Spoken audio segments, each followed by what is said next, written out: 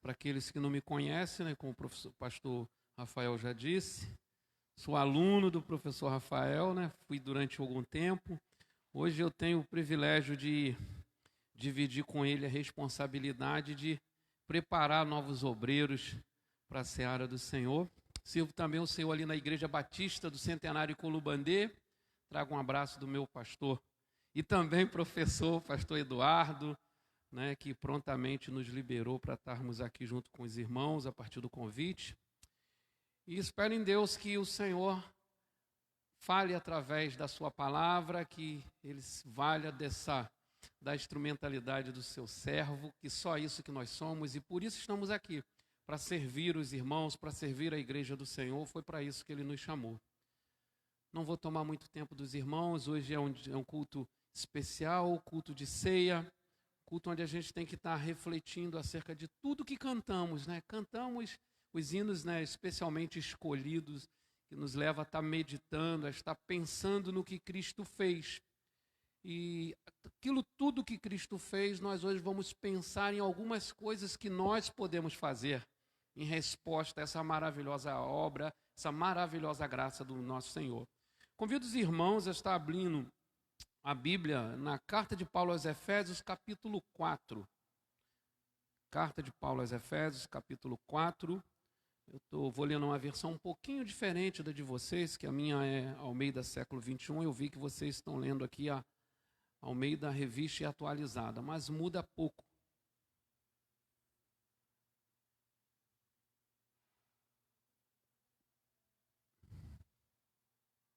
Nós vamos ler alguns versículos desse capítulo 4 para poder ficar mais compreensível aquilo que o Senhor nos deu para estar falando, compartilhando com os irmãos. Façamos a leitura então.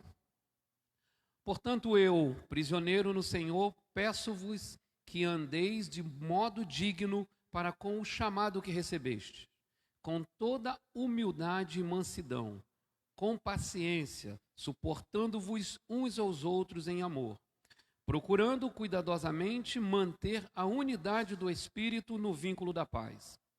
Há um só corpo e um só Espírito, como também foste chamado em uma só esperança do vosso chamado. Há um só Senhor, uma só fé, um só batismo, um só Deus e Pai de todos, que é sobre todos, por todos e em todos. Verso 16. Nele, o Senhor, o corpo inteiro, bem ajustado e ligado pelo auxílio de juntas e medulas, segundo a correta atuação de cada parte, efetua o seu crescimento para a edificação de si mesmo em amor. Louvado seja o Senhor por sua palavra. A carta de Paulo aos Efésios, com certeza, é uma carta muito conhecida. Talvez junto com a carta aos Romanos seja a carta que mais comumente nós lemos de Paulo. E essa carta, como Paulo costuma fazer em suas cartas, ele divide sempre em uma parte doutrinária e uma segunda parte prática. Não que nessa parte prática ele não retorne a falar de doutrinas, de ensinar-nos como nos comportar como igreja. Então, Paulo, nos 3 primeiros capítulos, ele teve o cuidado de apresentar aos irmãos da igreja em Éfesos a maravilhosa obra de Deus, planejada desde a eternidade e tornada conhecida na história a partir do advento de Jesus Cristo. Quando o nosso Cristo entra na história, e Paulo torna evidente diante dos irmãos em Éfeso a grande obra que foi feita. A mudança de estado. Ele passa 3 capítulos mostrando aos irmãos quem eles eram e quem eles se tornaram a partir do sacrifício de Jesus. Paulo diz que eles eram filhos da ira e se tornaram filhos de Deus por adoção. Paulo diz que eles eram estranhos às promessas da aliança e agora são co-herdeiros. Paulo diz que eles eram estranhos e peregrinos e agora são concidadãos dos céus.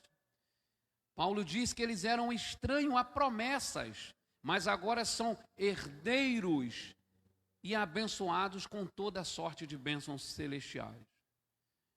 Mas Paulo, no primeiro capítulo, por exemplo, ele começa mostrando o que Deus fez por um indivíduo, e depois ele segue mostrando o que Deus fez, como ele fez e para que ele fez a igreja.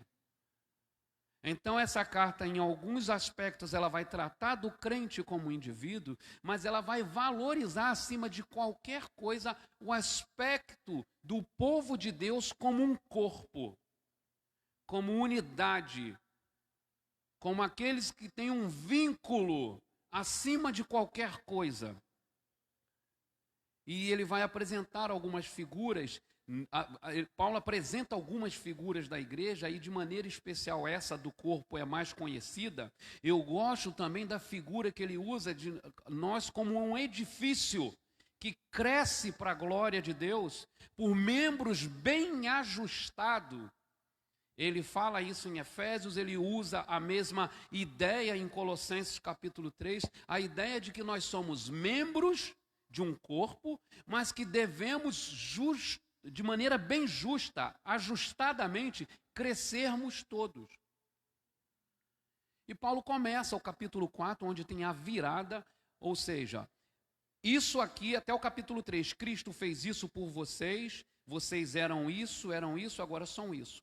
Mas agora nós temos um modo de vida, e a partir do capítulo 4, Paulo começa a apresentar aos irmãos em Éfeso, e por consequência aos irmãos em Filadélfia, aos irmãos em São Gonçalo, como viver uma vez tendo sido salvos em Cristo Jesus. E ele que no capítulo 2 ele tinha dito que era prisioneiro do Senhor, ele agora já começa o capítulo 4 falando prisioneiro no Senhor. Alguns comentaristas vão dizer que a ideia ali é de que ele foi aprisionado pelo Senhor, feito prisioneiro pelo Senhor. E nessa condição de quem não fala de si, como nós dissemos aqui, Paulo é aquele que diz que crucificado está no Senhor, e a vida que ele agora vive, não vive mais para ele, mas vive na fé daquele que por ele morreu e ressuscitou. Então ele agora, na condição do Senhor e no Senhor, ele começa a orientar a nossa vida prática. Ele começa nos dizendo que ande de modo digno de tudo isso que ele fez. Nós lembramos, capítulo 1, ele fala, bendito Deus e Pai do nosso Senhor e Salvador Jesus Cristo, que nos abençoou nele com toda sorte de bênção espiritual.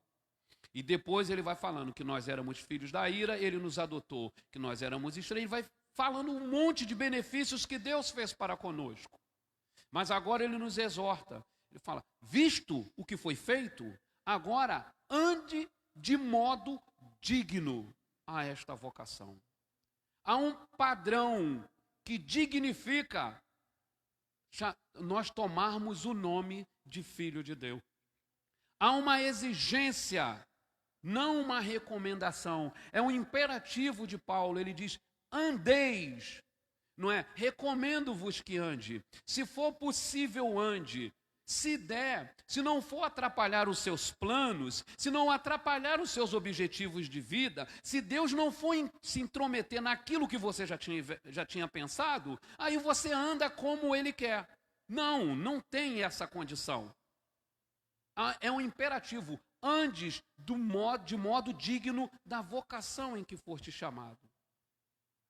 Há um padrão, meus irmãos, estabelecido nas Escrituras, para que o povo que se chama pelo nome de Deus se comporte, se mova, seja reconhecido.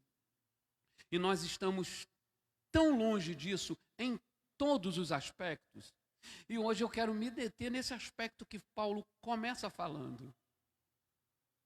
Um dos aspectos que Paulo fala que dignifica o nosso andar é a unidade. São coisas diferentes, união e unidade. São coisas diferentes. A unidade da igreja não depende do que nós fazemos. Nós somos unidos por um vínculo que é Cristo Jesus. Em Cristo Jesus nós somos unidos. Por isso somos irmãos aqui na África, somos irmãos aqui e na Europa. Porque somos unidos por Ele. Mas há uma exortação para a igreja de manifestar que somos unidos. Aí é da nossa responsabilidade. Quando Jesus ora, na sua oração sacerdotal por nós, ele ora para que nós sejamos um, para que o mundo veja.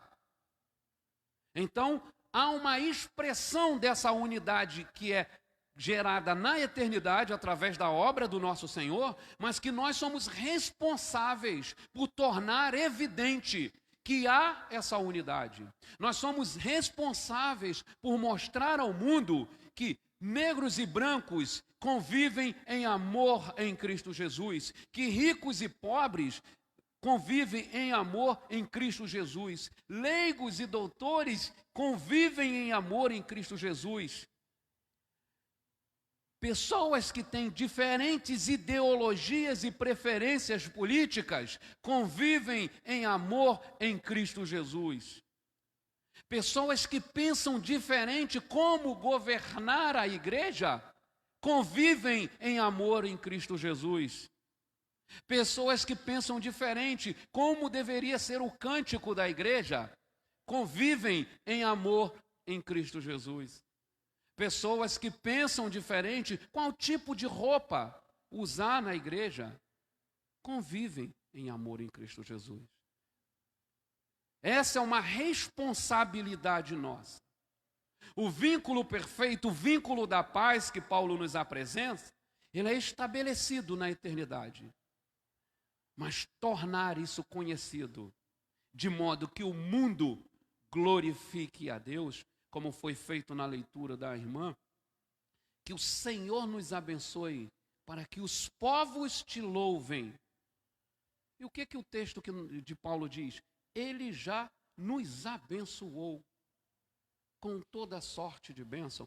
E interessante, nesse capítulo 4, mais à frente, Paulo vai dizer que Cristo, na obra que ele fez por nós, ele morreu e ressuscitou, levou cativos o cativeiro com ele. O que isso quer dizer? Que não, o que subiu também desceu e distribuiu dons aos homens. Preste atenção. Deus nos capacitou a viver a vida que Ele espera, que Ele ordena, que Ele quer que tenhamos. Nesses múltiplos dons, nessa diversidade que é o corpo de Cristo, Ele nos capacitou a vivermos em comunhão, a expressarmos que temos comunhão. Ou não é o mesmo Paulo que diz em Romanos que ele derrama do seu amor em nossos corações. E com esse amor que jogou por terra a barreira da inimizade, como diz em Efésios, como nós cantamos. Como nós cantamos, eu sou um com você no amor do nosso Pai.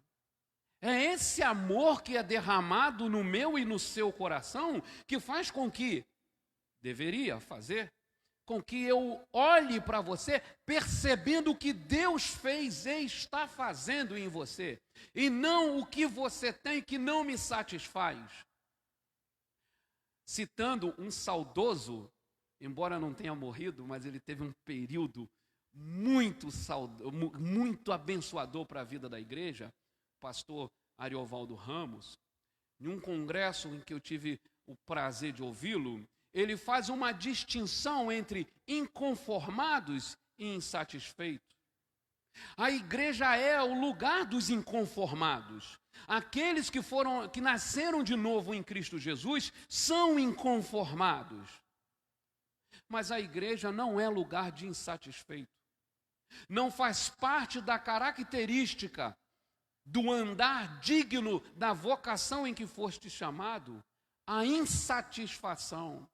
E ele faz uma distinção. O inconformado, ele vai olhar para os seus irmãos, para o povo, para a realidade, e vai buscar que tudo aquilo se submeta a Cristo.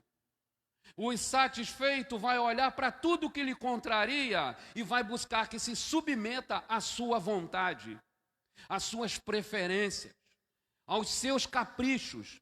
Por que ele, não eu? Porque é ele que prega, não eu. Porque é ele que dirige, não eu. Porque é ele que está sempre com fulano e não eu. Há uma distinção. O insatisfeito, ele vira a régua pelo qual todos são medidos.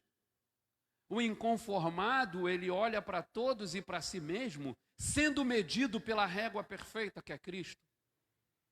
E esse busca andar de modo digno a vocação em que foste chamado. E Paulo, ele vai colocar 5 características nesses primeiros 6 versículos que marcam um modo digno de vocação, da vocação que fomos chamados. Ele começa dizendo com toda humildade e mansidão. Ele coloca juntos humildade e mansidão.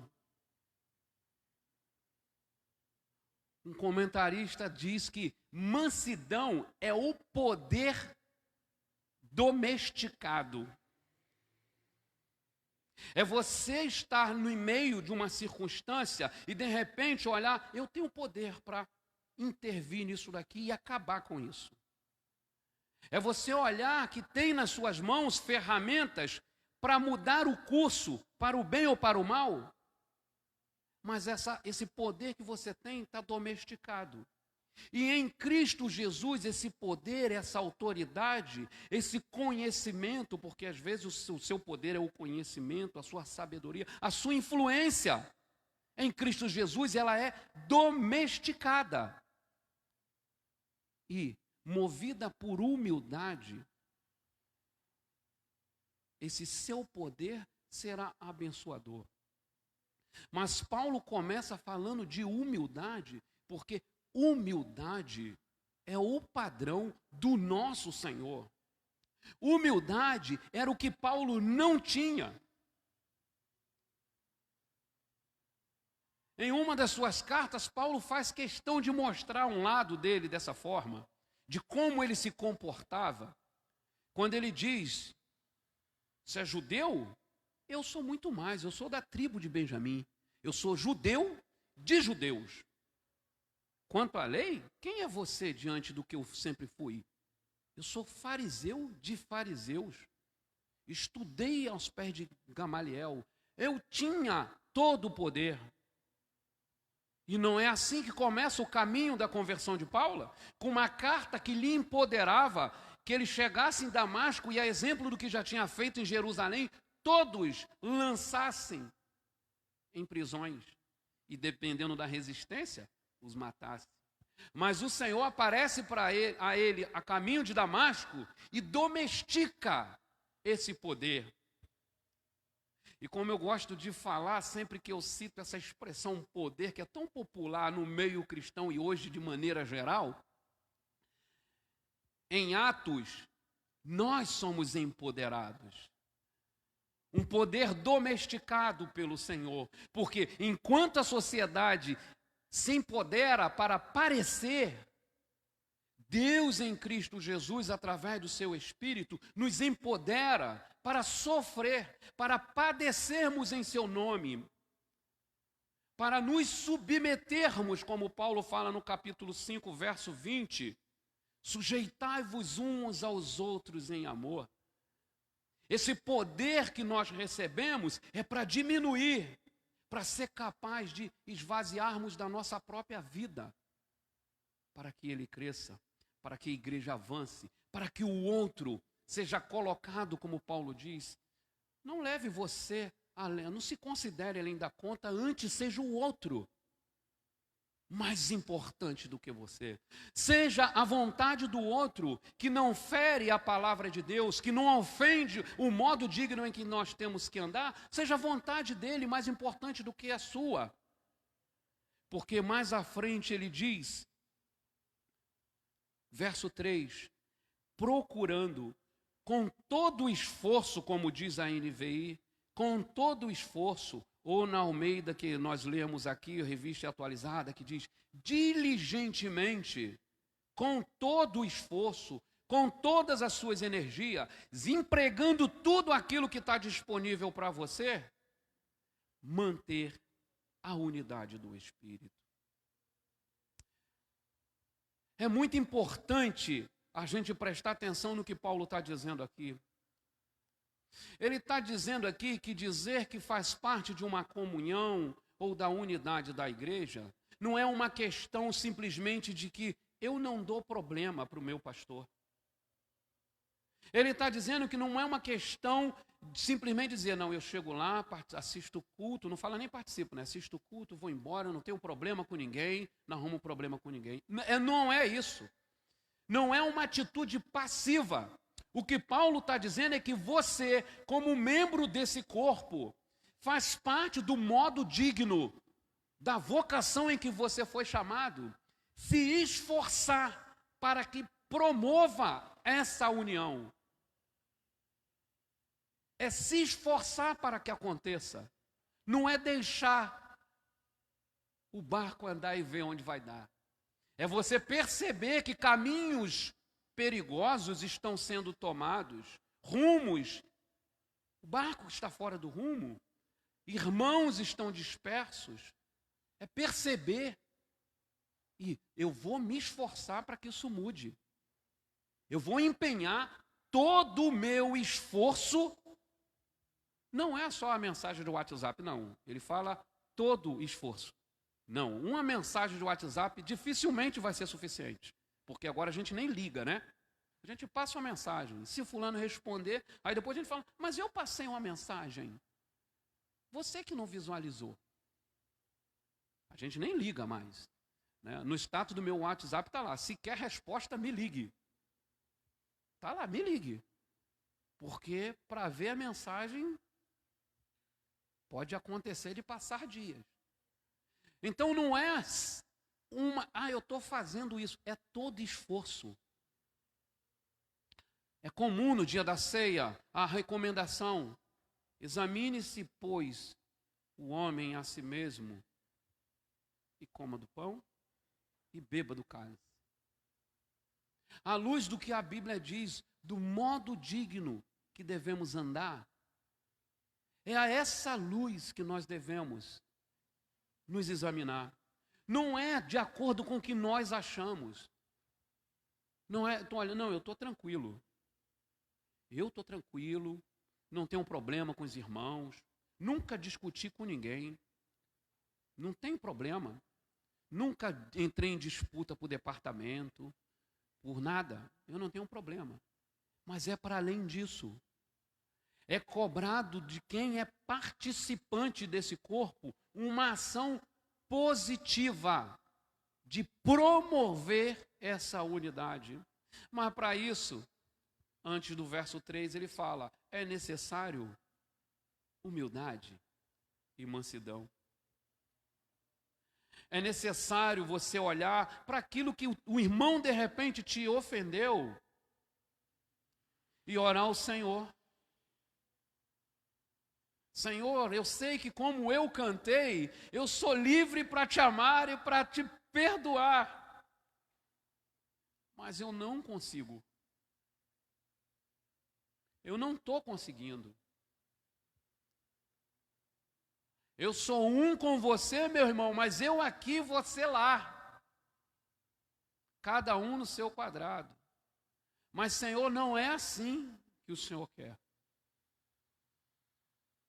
Porque o Senhor diz nos mandamentos de mutualidades que estão nas cartas do Novo Testamento, suportar uns aos outros, levar a carga um dos outros, instruí-vos uns aos outros, aconselhai-vos mutuamente, confessai-vos uns aos outros, amai-vos uns aos outros, sujeitai-vos uns aos outros.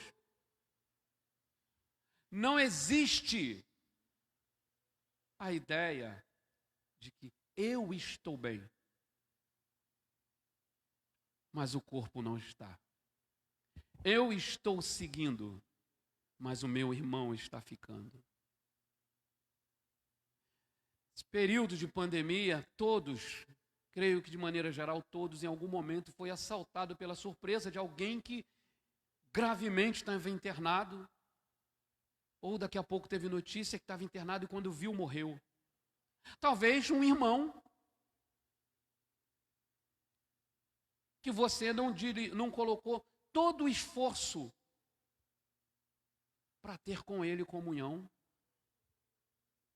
Talvez um parente que morreu sem você ter notícia dele. Há 2 semanas atrás, eu estava indo para o sepultamento de um professor nosso. Acabei de chegar na igreja, para tomar banho, para ir para o sepultamento. Recebi a notícia que o pastor Thales, aqui da igreja, tinha sofrido um acidente com 17 fraturas. Do nada. Ele tinha estado na minha casa na sexta. Saiu lá de casa, passou a tarde lá, tomando café. E daqui a pouco a próxima notícia foi que ele tinha fraturado 17 costelas, 8 costelas e 17 fraturas. Poderia ser a notícia da morte. Ele poderia ter saído lá de casa, a gente ter discutido por uma coisa ou outra, e não ter dado ouvido ao Espírito de repente, haver uma reconciliação minutos ou horas depois, e ser uma notícia do óbito. É não abrir e fechar de olhos, meus irmãos. Caminhando para o fim, nele, verso 16, o corpo inteiro, bem ajustado, corpo inteiro, não é o tronco, não é o braço, não é a perna. Nele, o corpo inteiro, bem ajustado, e ligado pelo auxílio de um braço, uma perna, uma costela. Não, o que o texto diz? Unidos pelo auxílio de todas as juntas.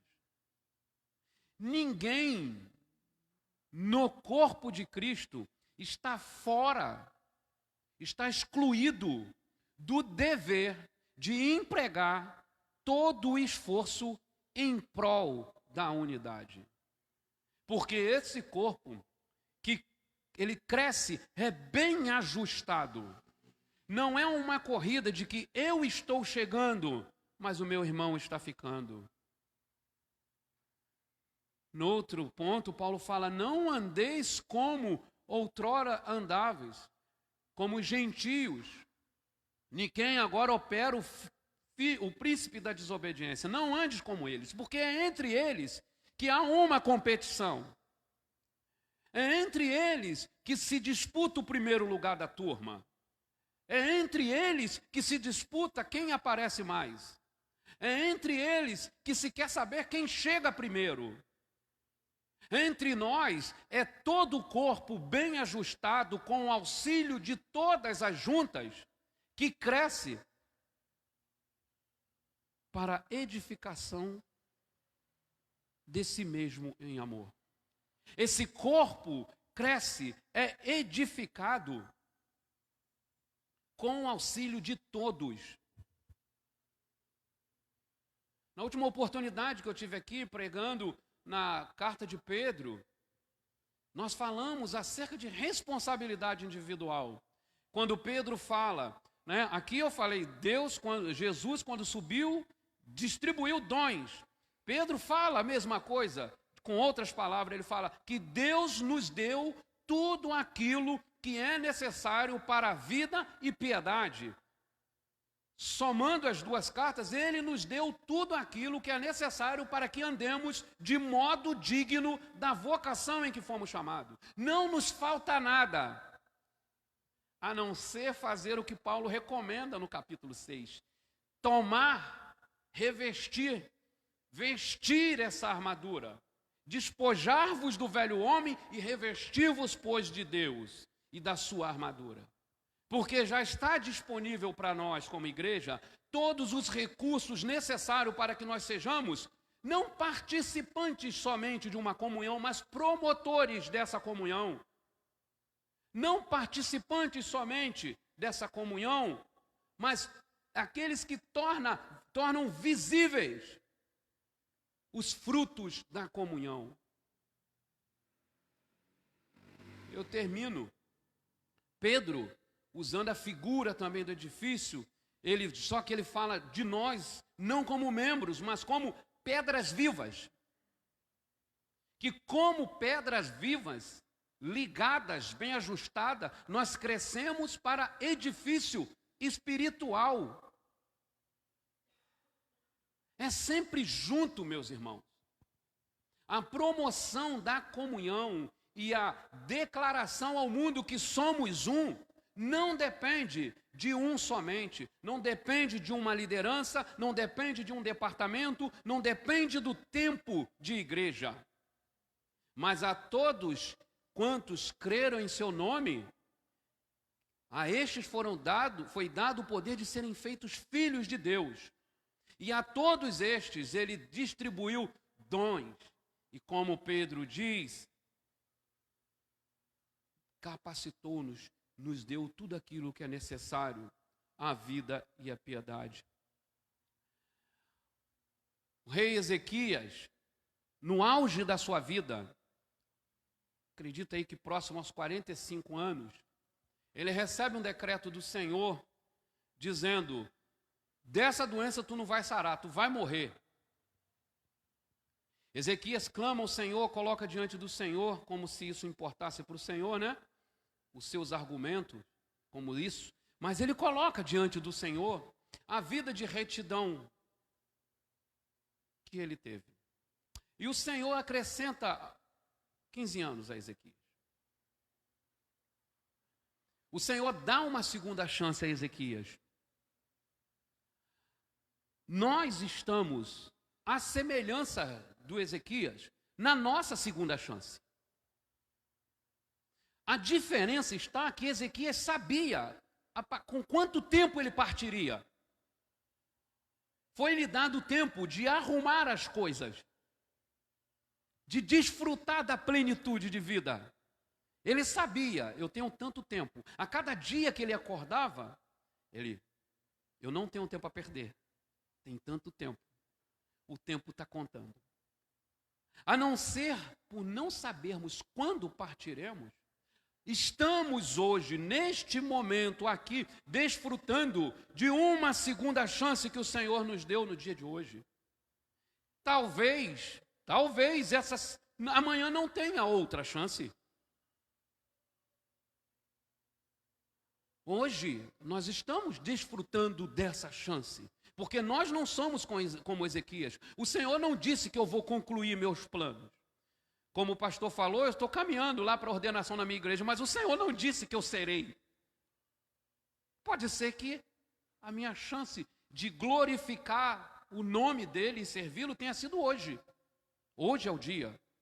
Como diz o jingle da Rádio Mundial, né? Só os mais velhos que sempre se lembram disso. Ontem já era, hoje é o dia, o amanhã poderá não mais chegar. Essa é a diferença que nós temos. Ezequias sabia o dia que seria recolhido aos seus pais. Eu e você não. Então pode ser hoje o dia da reconciliação. Como Paulo exorta os coríntios na segunda carta, capítulo 5. Ele falando aos crentes, reconciliem-se com Deus.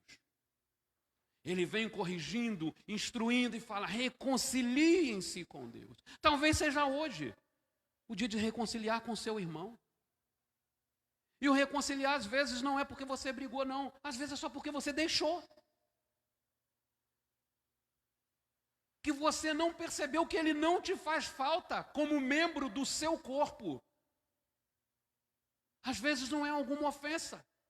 Não é algo que ele deixou de fazer ou tenha feito. Às vezes é porque caiu no esquecimento.